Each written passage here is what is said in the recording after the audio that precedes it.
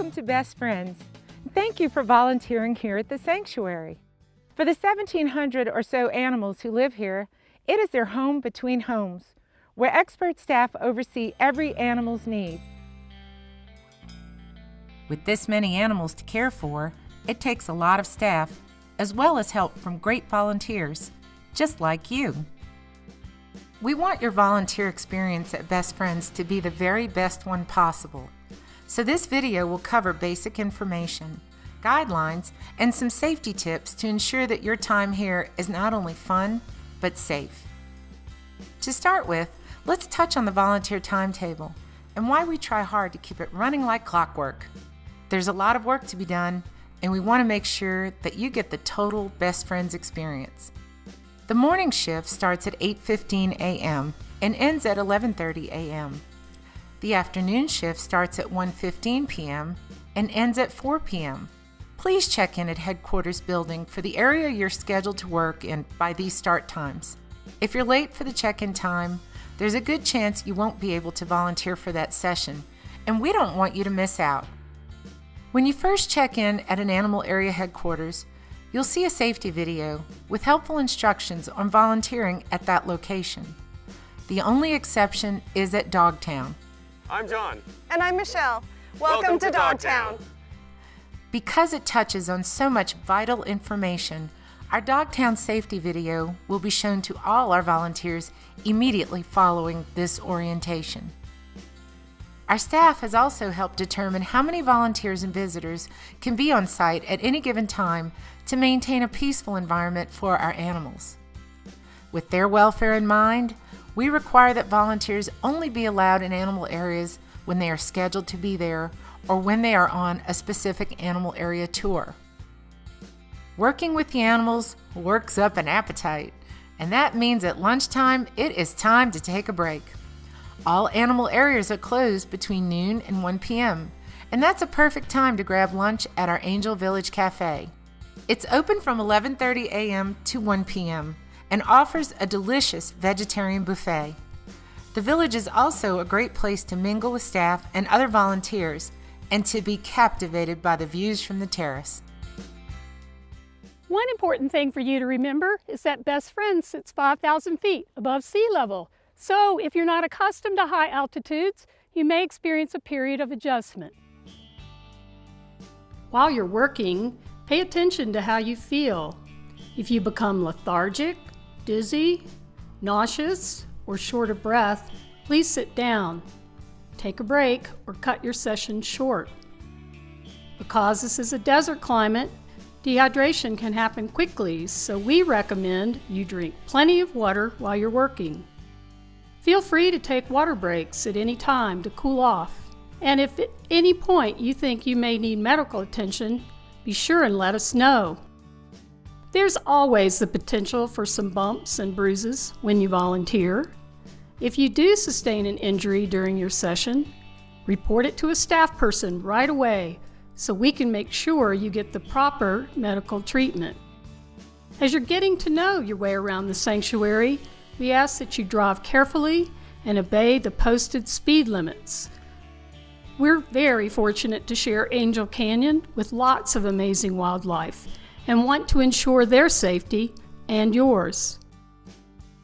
In addition to the posted speed limits, you'll see a variety of other signs with key information. These signs are important and are in place for safety reasons, so please keep an eye out for them. Hi, I'm here at Cat World headquarters, and I'd like you to meet Alan. No matter where you choose to volunteer, you'll be amazed by the wonderful animals you'll encounter and all the new things you'll learn. But before you experience just how cool this place is, here are a few things to keep in mind. You'll need to make sure you have your own transportation when you're here at Best Friends. There are no cabs, shuttles, or stagecoaches to get you from place to place. If you're visiting with a group and you're volunteering in different areas, make sure to give yourself plenty of time for drop-offs so everyone can be on time for their shift. If you're working at Dogtown or Rescue Village, you'll also need to have transportation during your shift. If you're traveling here with younger volunteers, that's great. Young people are some of our most enthusiastic and dedicated helpers. We just ask that a parent or guardian accompany anyone under age 18 and stay with them at all times. We care about you from your head to your toes, so toss the flip-flops in your trunk because closed-toe shoes are a must. And when volunteering at pigs and horses, we recommend you wear long pants. In fact, wearing long pants is a good idea in any of the animal areas.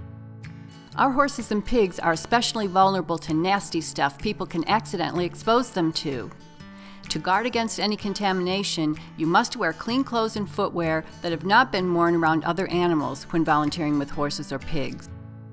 Additionally, if you have a cold or flu-like illness, you cannot volunteer with horses or pigs until at least 24 hours after you are free of any symptoms. When it comes to the animals, our caregivers have a lot of great advice. No one knows each animal's personality and quirks better, so please pay attention to their instructions.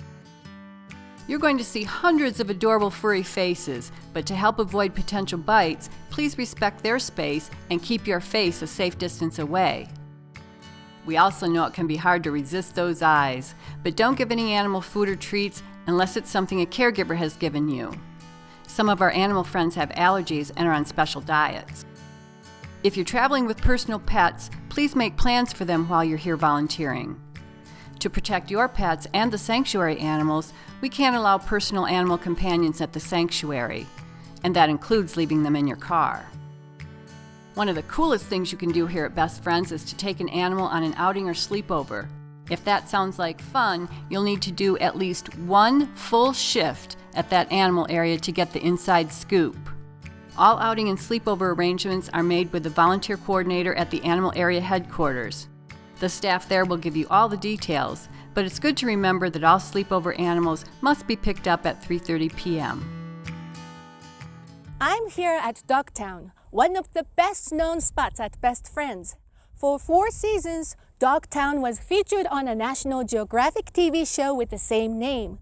In just a minute, you'll be watching our Dogtown safety video, but before we do, I want to say thanks again for being part of our volunteer team.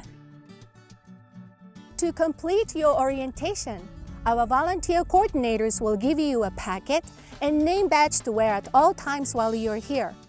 If you need directions or have any questions, just ask. That's why we're here. On behalf of everyone here at Best Friends, thank you for volunteering. You're an invaluable part of this place. When you return home, we hope you'll continue volunteering in your own community and continue to make the sanctuary a regular part of your travels. Bye!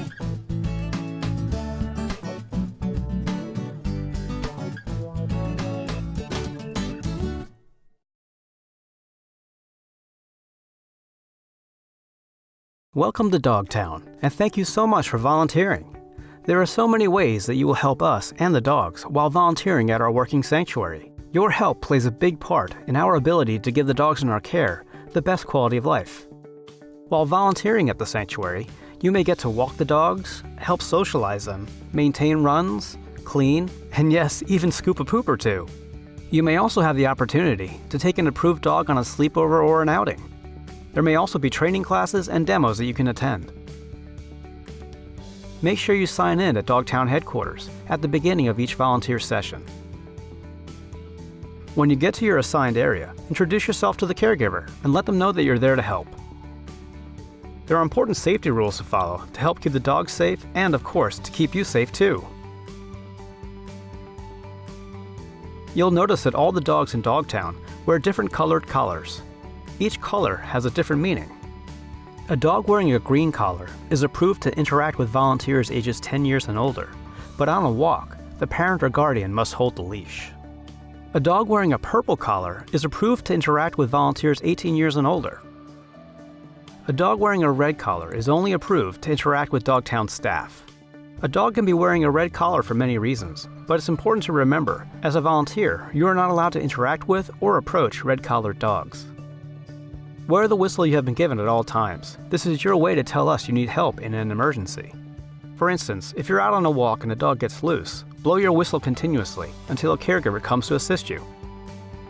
Once you get into your area, your caregiver will go over additional safety guidelines including how to enter and exit runs, not putting your fingers through the fencing, and the no running policy anywhere in Dogtown. Your caregiver will also clarify when it's appropriate to use your cell phone or other handheld devices. Also, please remember to read and follow instructions on all signs. When appropriate, caregivers will have treats that you can give to the dogs. We always want you to be thinking about the safe handling of the dogs, for your safety and theirs. These dogs are all individuals, and the caregivers will give you information about what they're comfortable with and not comfortable with. For example, some of our dogs might not be comfortable being approached, and we ask that you please respect that. This can be a very exciting environment for our dogs, which may cause them to act differently than our pets at home. Please be aware of their body language, and while interacting with a dog, if they seem uncomfortable in any way, please let the caregivers know. When taking dogs on walks, there are just a few important rules to keep in mind. Always remember, 1 dog per person on walks. If you're with a group, caregivers will do their best to set you up with appropriate dogs to walk together. All of our areas have marked walking trails, and the caregivers will show you where to begin your walk and where to return to. It's important to stay on the trails to preserve the environment around best friends. However, you may step off the trail to let other dogs pass by. You don't want to pass another dog or let another dog pass you unless you're a safe distance apart. In this situation, it's okay to step off the trail and step back about 15 to 20 feet so other dogs can pass safely. Taking our dogs for a walk should be a fun and enjoyable experience for you and the dog, so please, no jerking or pulling on the leashes and no grabbing a dog's collar. After you've completed at least 1 volunteer shift in Dogtown, you will be eligible to take approved dogs on a sleepover or an outing. For more information on sleepovers and outings, talk to any volunteer coordinator. And remember, if you do take a dog home with you, they should never be left unattended in a car. Enjoy your time at Best Friends and in Dogtown, and thanks again for volunteering. You're making the lives of the dogs in our care better by being here. We really appreciate your help.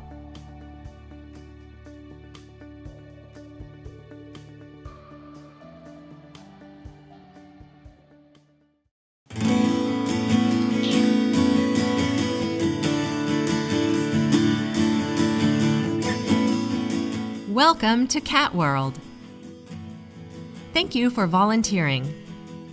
There are so many ways you can help us take care of the cats.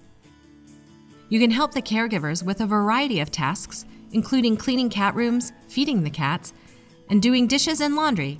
And you can spend time petting, playing with, and providing other enrichment for the cats. Many of our cats go on walks, enjoy stroller rides, and go on sleepovers. Be sure to ask a caregiver in your assigned building which cats are approved for these activities. When you arrive at your building, please present your ticket to a caregiver and introduce yourself. The caregivers in the building will work with you to find just the right combination of activities to make your visit fun and fruitful, so be sure to let them know if there's something specific you want to do. Your safety, as well as the safety of the cats, is important to us. Here are some things to keep in mind. Children under 18 must be with an adult at all times. Most of our buildings have cats that live in the lobby, so please be careful when entering and exiting the building so no cats escape. If a cat does get out, inform a caregiver immediately. Do not try to catch the cat yourself. This also applies if a cat escapes from his room inside the building. It is important for the health of the cats that you use hand sanitizer or wash your hands between rooms in a building, as well as between buildings. Please take notice of any signs you see and be sure to follow their instructions. If you are not sure about something, just ask a caregiver. Be sure to follow all caregiver instructions. If you have a concern about a cat or anything else, please let a caregiver know. We want you and the cats to enjoy your visit. Here are some tips for happy cat interactions. Some of our cats love attention, but others might be afraid of you. When entering a room for the first time, it is best to sit and let the cats come to you. Pay attention to their body language and see if they want to be friends. Is the cat approaching quickly and confidently with her tail up? Does she start rubbing against you? This is a cat who is happy to be your friend and might even sit on your lap. One word of caution, a cat like this may roll over and show you her belly. This means she is comfortable and likes you. It does not mean she wants you to pet her belly, so please don't, no matter how hard it is to resist. Is the cat hiding, hunching, Are his pupils big, his tail tucked close to his body, ears flat? Is he licking his lips? This cat wants to be left alone. Please respect that. Some cats are shy, but are okay to be approached. If you are interested in interacting with these cats, please ask a caregiver to introduce you. If you do approach a cat, do so slowly and quietly to give him a chance to decide if he wants to be friends.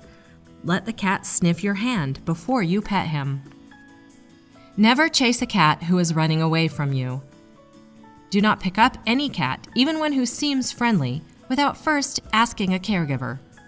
If any cat hisses or spits at you, please back away as she may be getting ready to scratch or bite. If you do get scratched or bitten, please inform a caregiver immediately. If you see two cats fighting or getting ready to fight, please inform a caregiver immediately. Do not try to break them up yourself. We know you will make a lot of new cat friends today, and maybe even visit some old ones. If you meet a cat you just can't bear leave, no problem.